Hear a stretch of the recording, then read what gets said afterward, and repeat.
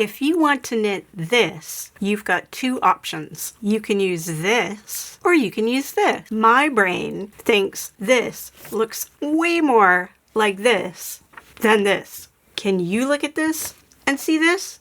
I didn't think so. When it comes to charts, what you see is what you get.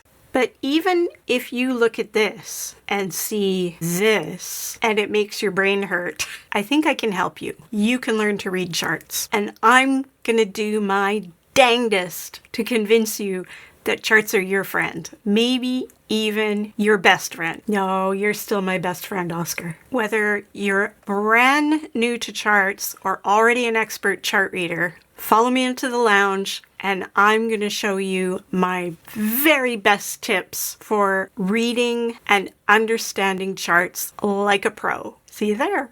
Welcome to the lounge. Today I just have sparkling water in my martini glass because we are talking about charts and I need to keep my wits about me. That is not to say that I cannot read charts and drink martinis at the same time because that has been known to happen. Nonetheless, I need to make sure that I'm giving you my best, and that means no gin.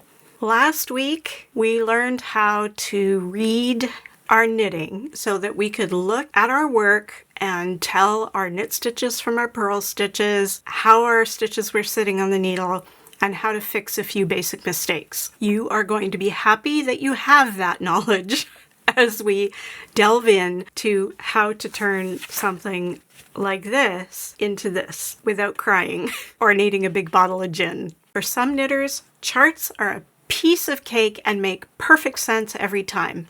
If that's you, you can feel free to go on about your day, you crazy kid. I'll see you next time. Although you might want to hang around because you never know, I might have a tip or two for you. It's been known to happen.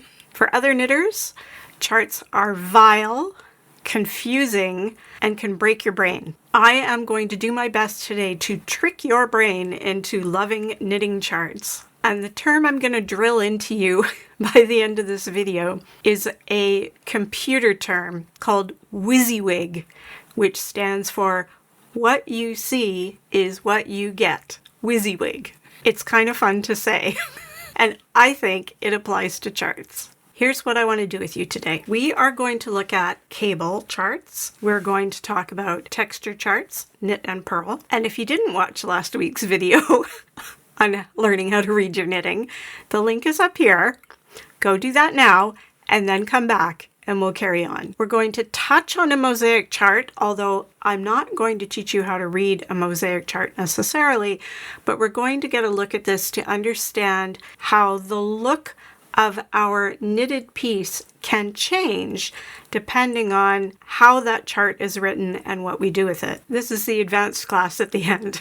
We're going to look at a little bit of simple lace, and I'm going to convince you that reading a lace chart is not a whole lot more than being able to see a yarn over and a decrease. But before we do that, I decided I wanted to do something a little bit different. Maybe no one's ever done this before. I'm going to take a section of this knitted cable and reproduce it for you in my StitchMastery chart making program, because I think this might help you see how your brain can look at the knitting, look at the symbols of the chart, and superimpose one onto the other to make the charts feel less mysterious and confusing. Are you ready? Let's give this a go. Okay, this is pretty exciting. I haven't done this before. Here's me. There's my StitchMastery program, and I'm going to walk you through how I go about creating charts in my program. First thing I did was I opened a new chart diagram box, and I am just going to tell the chart how big I want it to be. I'm going to choose 16 by 16, and we'll just call this a flat, and off we go. Okay, now we have a chart to work from. I can see in a small scale what I've got down here, and I can see the text it's going to create. as I add stitches to the chart. So this particular program, and no, I am not affiliated with StitchMastery in any way, it just happens to be the program that I use. As I add preset stitches to my chart, it's going to create output text. So it's going to create a written version of what I'm charting as well. But we're not going to look at that right now. So I have 16 stitches across and I have 16 rows high. And if I look at the cable that I want to recreate, I can see by reading my stitches that this cable is a 6 stitch wide cable with a 3 stitch over 3 stitch cross. So I need to find a 6 stitch cable in my selection of stitches, and I'm going to go here to 6 stitch cables. I can see that my first cable is a right cross. So the top part of the cable is leaning to the right. I am going to select the 3 over 3 right cross, and let's see, 5, 1, 2, 3, 4, 5, 6, and I'm going to put it there. So I put it in the center of my chart. I have 5 stitches on either side. Now I can also see that up either side of my 6 stitch cable are 2 purl stitches. So I'm going to add those now. So I go to basic stitches, purl, and I'm just going to draw in purl stitches on.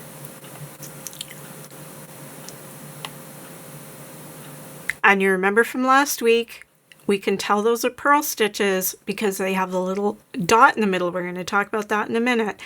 But what does that look like? Purls, like bumps. So purl stitches look like pearls. In this case, black pearls. I don't mind that. I wouldn't mind a strand of black pearls. How about you?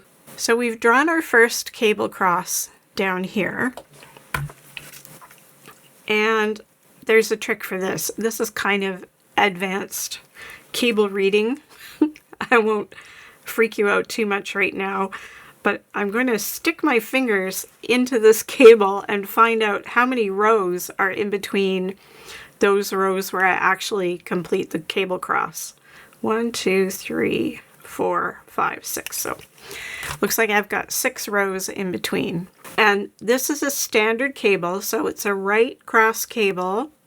There's going to be a number of rows in between and then another right cross to create the full cable shape.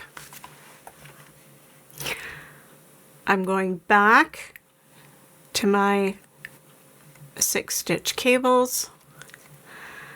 I'm selecting the 3 over 3 right cross again.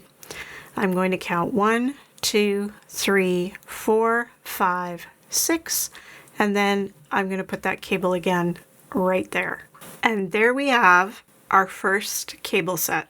Next, I can see on this cable that I'm looking at, I've done a right cross and a second right cross. The two sets of 3 stitches that make up this cable are starting to move out to the sides. So I'm going to leave a plain row that is just knitting the knit stitches and purling the purl stitches. And then I'm going to start moving those 3 stitches out. And I can see by looking at my knitting that as they move out, 1 stitch in each side in the middle becomes a purl stitch. So this time I'm going to pick a different symbol for that cable. I left the room for a minute and came back and realized that the chart wasn't right. I put that cross on the wrong row. So I've corrected it now. So the second cross is now on the 6th row from the first cross. So it is on a right side row or an odd numbered row, row 7. So I've just moved everything down a notch. But as I said, we've got the return row coming back, row 8, where we knit the knit stitches and purl the purl stitches. Now I'm going to go in and add, and don't panic. If you feel like this is way over your head at the moment, it's okay. I just want you to see how a chart is created, and then we will dive in to how we read it and how we look at it. I just decided to do things a little bit back-asswards today because I thought it might work. Let me know if I'm completely out to lunch, but I just thought this might work. Okay, so what we want when I put this next 3x3 cross in here is we want the center of that cross to become a purl stitch. So what we actually want is, I'll just put them in right now, is we're going to want purl stitches here and here to follow the rest of the way up our chart. So I'm going to go back to my 6-stitch cable, and I'm going to find a 3/3 right cross, but this time I'm going to find one with a purl. Let's take this one, and we are going to put it here. See how that works? And then we're going to take the opposite direction and we're going to put it here. Okay, getting the sense of how I'm now moving that set of 3 stitches out in this direction, and on this side this set of 3 stitches is moving out in this direction, and we've told the knitter that they're going to want to purl that inside stitch when they do that cable cross. Is it making sense yet? Okay, my chart to complete this little section of this swatch right here. Just from looking at this, I created a chart in the program, and you can see that the program has created a key that tells me what those symbols are that I put on the chart, and it's created output text. So it's created a written version of what you see here. But I didn't need that written version because I was able to do the whole thing by reading, because what you see is what you get. Now, I hope your brain's okay. I'm going to put all this aside for a minute. You can come back and watch this part as many times as you want. I'm going to put the link for StitchMastery down in the description box for you to go check it out if you're interested in using your own chart software. And I'm going to take all this away and we're going to go to the hand cam and we're going to look at some charts and compare them to some knitting and trick our brains into seeing knitting on that black and white chart.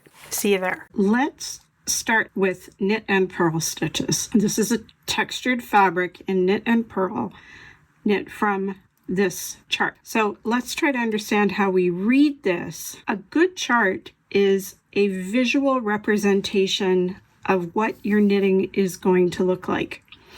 You can see in this knitting the same patterns that you see in the chart. So now that you know how to read your knitting, and you know when you're looking at knit stitches and you know when you're looking at purl stitches, you can look at the chart and, in theory, be able to tell what are knit stitches and what are purl stitches.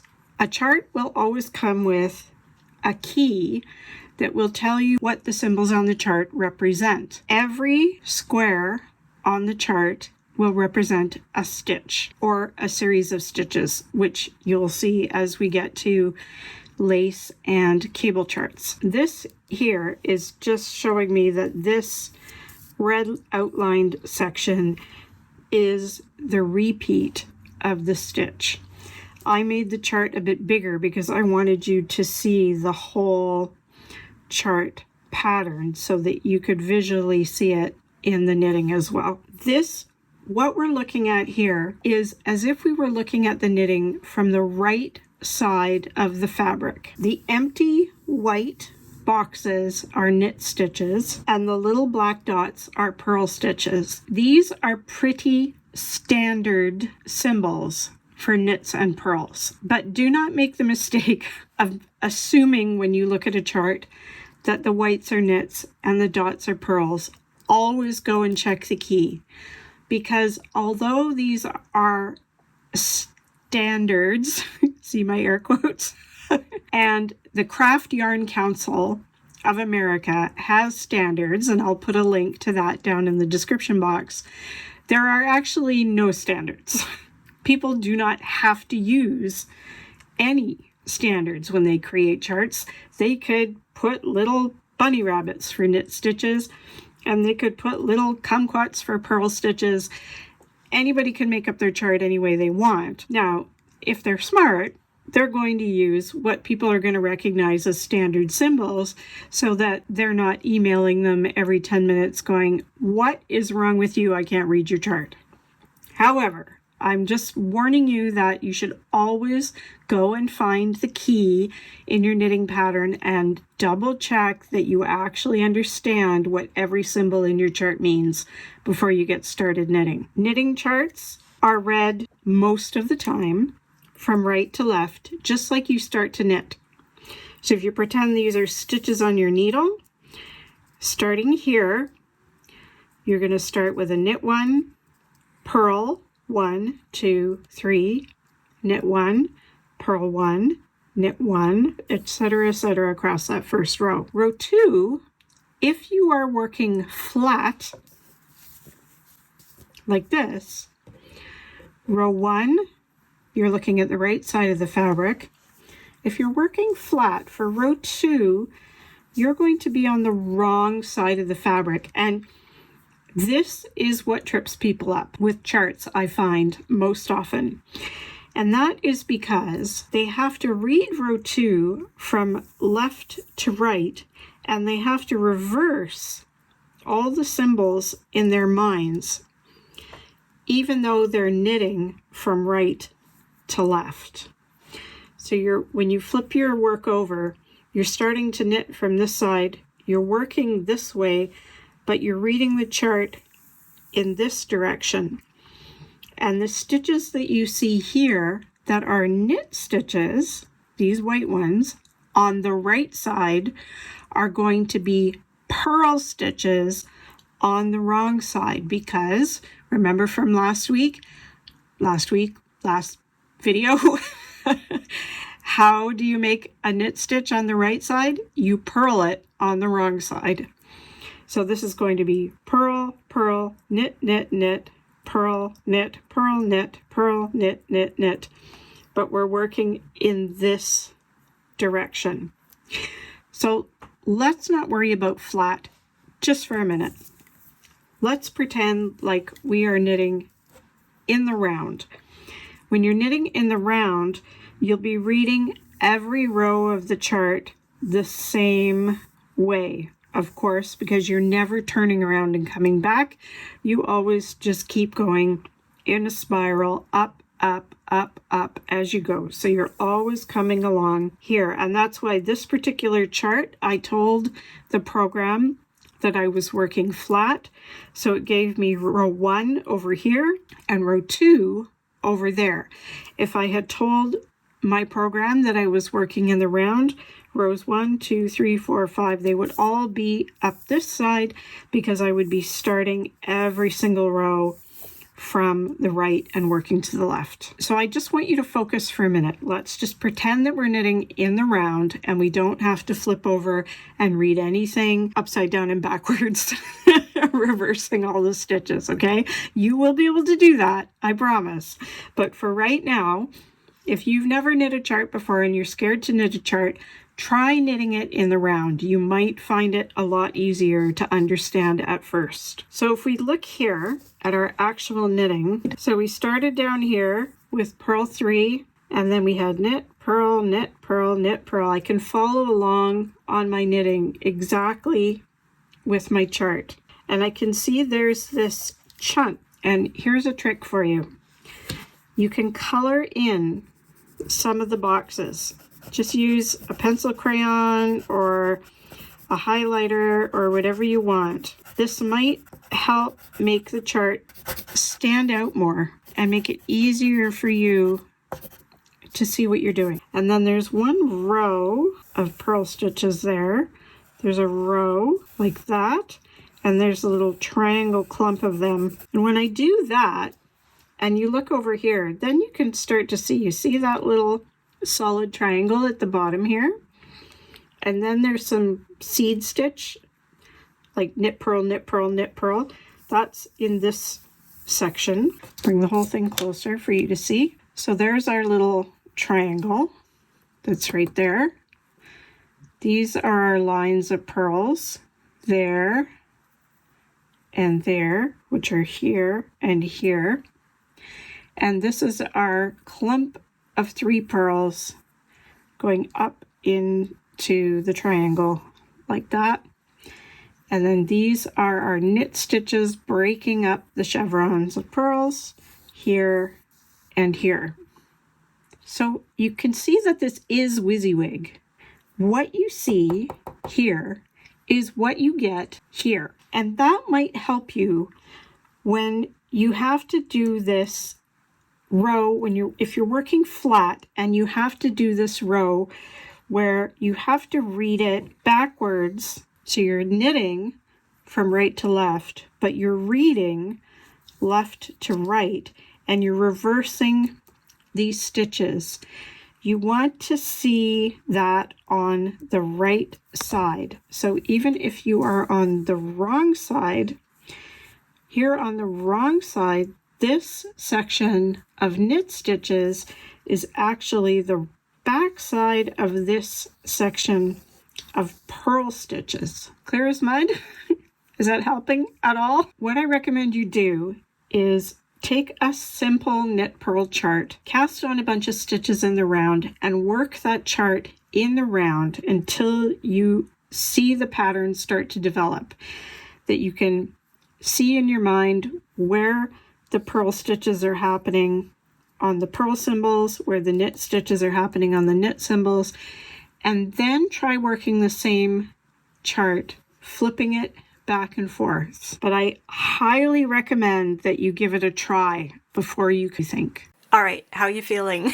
Okay so far? I'm really trying not to hurt you. We're going to carry on with some different charts in a minute, but first we're just going to have a little intermission. You can get up and stretch, take some deep breaths, go refill your coffee or your big glass of gin or whatever it is you've got right now. And in the meantime, Oscar and I just want to remind you that if you really enjoy our content and our tutorials and all the fun times we have, and you can't wait between weeks for some extra stuff, or you just want to get to know me better, see inside my life a little bit more and see what I do behind the scenes, you can join the After Hours Lounge. I'm not going to tell you about everything that goes on in the After Hours Lounge right now because I totally understand that not everybody cares. But I have a video that explains what it's all about. All you need to do is, depending on what kind of platform you're on, there might be a join button down below the title to this video. You can click that and it will take you to the video telling you what's what. Or if you don't see a join button below the title, look down in the description box and I have a link just under the description. You might have to press more or 3 dots or whatever you see in the box to make all of it appear underneath. Okay, thank you very much. And while we're sitting here and you're refilling your green tea or your coffee or whatever is going to give you the energy for the rest of this video, feel free to boop that like button. Now, here we go. On to some harder stuff. We're going to move on to a taste of some different kinds of charts. Let's start with these. Just kidding. These are Japanese lace charts, and I wouldn't do that to you. Let's start with this. This is the cable chart that I created in the StitchMastery program earlier. This is the corresponding swatch in this, is the part that I turned into this chart. So let's just take a look and see if what we see is what we get. So here we have, looking at our chart, now that we know how to recognize right side is knit stitches, wrong side is purl, right side is purl stitches, wrong side is knit. We have knit stitches, purl stitches, a right cross 6-stitch cable, 1, 2, 3, 4, 5, 6, 3 go this way, 3 go that way, These 3 are on top. 2 more purls, 3 more knits. Let's look over here. We've got knits, we've got 2 purls, we've got our right cable cross here, 2 more purls and knits. Then we work a bunch of rows, just knitting the knits and purling the purls, nothing happening. And then we get to the second half of the cross. 3 knits, 2 purls, 6 stitch cross, right over left, 2 purls, 3 knits, that's here. Then we work a row back where we just knit the knits and purl the purls, or if you're working in the round, of course, you're coming this direction the whole time in the round. Working flat, you're going back and forth. Then we get to this one, which are these here, where these cables of the cable start to move out to the sides. But in the middle, we've got purl stitches.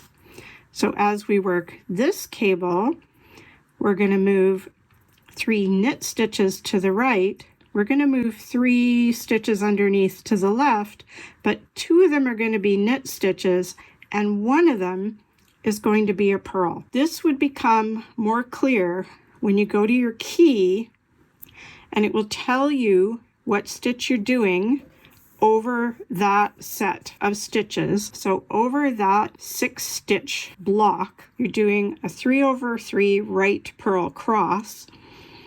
Somewhere in your pattern will be an explanation of what an RPC is. So you go to that and you look and you see, it will tell you how to do a right purl cross, which is probably put your first 3 stitches on a holder, knit your second 3 stitches, knit 2 stitches from the holder, and purl the last one. And this side is going to be the reverse of that. Okay, is that starting to make a bit of sense? That's how a cable looks. So if we look here, we can see this cable. And again, let's make this even more clear. Yeah, my pencil crayons from before kind of sucked, so I'm going to use these highlighters instead. So we're going to look at this cable, and we're going to follow it along here with this highlighter. It's going underneath that one, over and over. So all of this pink here, if we follow that along, is this part of the cable under there. The yellow is going to be the other side of the cable. So the yellow is the part coming under here, coming along this side of the cable, over to the right, over to the right, over to the right. You see how that's working? So you can see that when you look at the chart, you are actually seeing what you see in your knitting. And I think that might help you a lot. And also these purls on either side are obviously the recessed purls here. So does that make sense? What you see in the chart is what you get in the knitting. And if you do this with some colored markers or highlighters or whatever on your charts, it might help you keep your place and understand what's happening, even if you're going back and forth.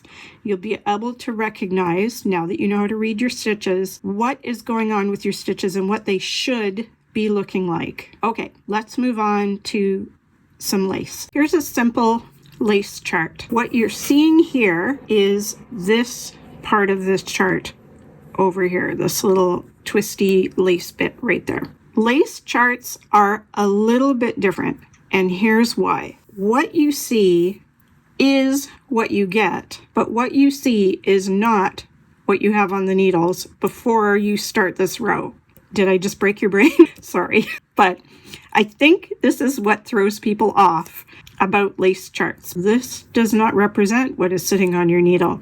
This represents what is going to be on your needle when you finish this row. So you are going to purl the first 2 stitches. You're going to knit the next stitch. This, which looks like the next stitch, is not a stitch yet. You're going to make a yarn over. You're going to bring the yarn over the needle and create this stitch. Then you're going to knit a stitch. Then you're going to knit 2 stitches together. See this? Right side, knit 2 together. So there are actually 2 stitches in this one block on this chart. And I think this is what breaks people's brains when they come to reading lace charts. I'll say it one more time. This is not representative of what you have on the needle until after you knit this row. So this row 1 is what is going to happen as you work across the row. Do not worry that you actually have 4 stitches in here, but you can only see 3.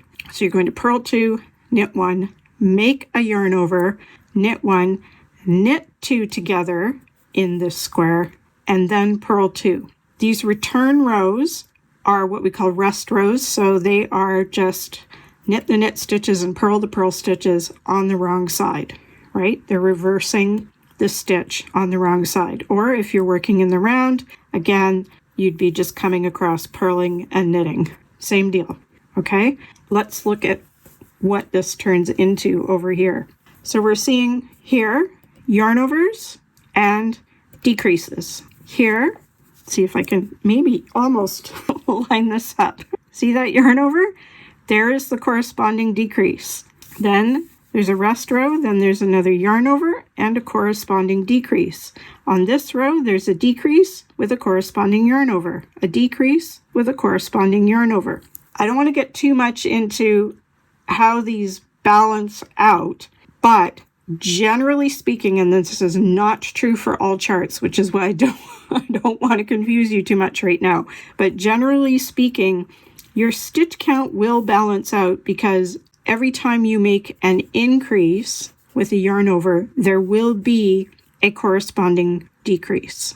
Now, let's look at another type of lace chart that also might throw you for a loop when you get to it, and that is these grayed out boxes. These grayed out boxes are what they call no stitch. Yep, you heard that right. There are no stitches where you see these stitches. Now, how come? How does that make sense? How do I work across this row to here and then have nothing and then start knitting this border? Well, the reality is that this is like this. It's right there. So you're knitting to here and then you're immediately starting this border. But nobody's going to write a chart like that, right? It's just weird. So to keep the chart in a graph format, designers will put these no stitches in. Because what's happening here is if we count the increases, which are the yarn over O's, and the decreases, they don't balance. We've got 1, 2, 3 decreases and 1, 2, 3, 4 increases. So the next row when we come across, we've got an extra stitch. Same with the next row. 1, 2, 3 decreases, 1, 2, 3, 4 increases. So there's a stitch being added into this section of the knitting every time we come across a right side row. You will notice that the alternate rows, the wrong side rows, are not here. They are assuming that you know that you're going to do this part of the chart for row 1. For row 2, you're going to do one of those rest rows where you just knit the knit stitches and purl the purl stitches as you come back. And then they're only showing you the rows where something new is happening. So as this section gets bigger, this section stays the same and is just being added to this edge like that. So this part is just growing and this is building along the edge of that chart. Does that help make sense? I hope so. Let's move on to something a little bit different. This is the advanced class. Did you get a good sleep and sharpen your pencils? Here we go. I want to look at these mosaic charts. These are 3 representations of the same chart. And I want you to see how a change in the chart can look more and more like what you see is what you get. So this chart does create this. But looking at the chart, you'd think that you are knitting a much bigger piece of fabric than what you see here. First of all, I'm showing you every row, which isn't all that common for a mosaic chart, but when I create mosaic charts, I like to show both rows. Some mosaic charts will only show you the first row and not the second row. With mosaic charts, every row is worked twice, exactly the same way. So the second row isn't really necessary, but I do find it easier for a lot of people to follow when both rows are showing. So if you look here, you can see this dark square with a white center and a dark square with a white center, and you'll see those matching motifs right here. Over here, you'll see the start of another one that's here, and you can see the stitches running in between. So this is what you see, is what you get. But these squares are square. Stitches are not square. Stitches are actually a ratio of approximately 4 to 5. So here is the same chart where I've created a grid that instead of being square is more shaped like an actual stitch. So these are perfectly square. These are 4 units high by 5 wide, which is more like an actual stitch. So this is getting us a little bit closer to what this would look like if we were working this piece in stockinette. In other words, we're knitting this row, and then if we were working in a round, we're also knitting this row. We're knitting all the rows in the round, or we're knitting a row, purling a row, knitting a row, purling a row to keep this in stockinette. I'm going to show you a difference between a stockinette mosaic and a garter mosaic in a minute. But I just want you to see the difference between these 3 charts. This is a grid that's square. This is a grid that's a 4 to 5 ratio.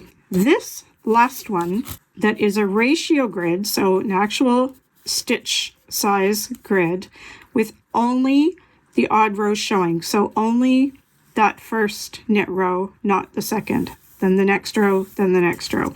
When you work a mosaic in garter, this is the closest to what you see is what you get. You see how these squares are starting to look a lot more square like they are in the fabric?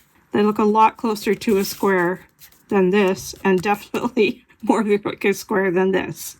And the reason I want you to see this is I want you to understand that although I've been saying over and over again and again, what you see is what you get, sometimes it's not exactly what you get, and that is only because of how many rows they are showing you on the chart or what kind of grid they're using for the chart. So if you started to work this chart, but you were getting this and you were freaking out a little bit because you're thinking, but this doesn't look anything like that, I just want you to understand why it doesn't look like that. Here's an example of the exact same mosaic pattern.